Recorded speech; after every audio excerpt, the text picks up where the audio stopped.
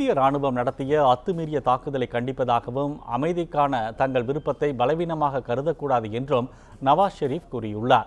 இந்தியாவின் அப்பட்டமான அத்துமீறல் காரணமாக எல்லை கட்டுப்பாட்டு கோட்டு பகுதியில் பாகிஸ்தான் வீரர்கள் 2 பேர் கொல்லப்பட்டுள்ளதாகவும் அவர் தெரிவித்துள்ளார். தங்கள் நாட்டை பாதுகாக்க தாங்கள் தயாராக இருப்பதாகவும் நவாஸ் ஷெரீப் கூறியுள்ளார். இதனிடையே எல்லை தாண்டி வந்து இந்திய ராணுவம் தாக்குதல் நடத்தியதாக கூறப்படுவதில் உண்மை இல்லை என்று பாகிஸ்தான் ராணுவம் மறுப்பு தெரிவித்துள்ளது.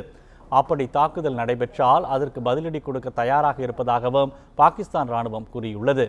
இந்திய படைகள் அவர்கள் எல்லைக்குள் இருந்தபடி பாகிஸ்தான் ராணுவ நிலைகளை குறிவைத்து துப்பாக்கியால் சுட்டதாகவும் இதில் 2 பாகிஸ்தான் வீரர்கள் கொல்லப்பட்டதுடன் 9 பேர் காயமடைந்துள்ளதாகவும் அந்நாட்டு பாதுகாப்புத்துறை அமைச்சர் குவாஜா ஆசிப் கூறியுள்ளார்.